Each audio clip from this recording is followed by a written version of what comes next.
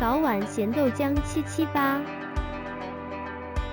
黄豆泡1夜，洗干净了，扔进豆浆机，打出豆浆，滤去豆渣。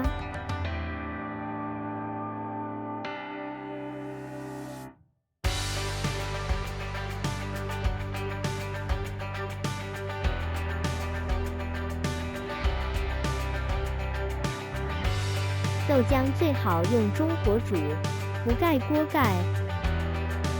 豆浆煮开以后，把浮沫捞掉，再煮上5分钟。找个大碗，加榨菜末、虾皮、葱花，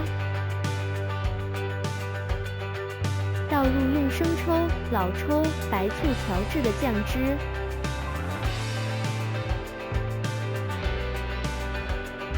滚烫的豆浆冲入这些备好的佐料里，一碗美味的咸豆浆就可以上桌了。如果能搞点油条末加进去，那味道也是极好的。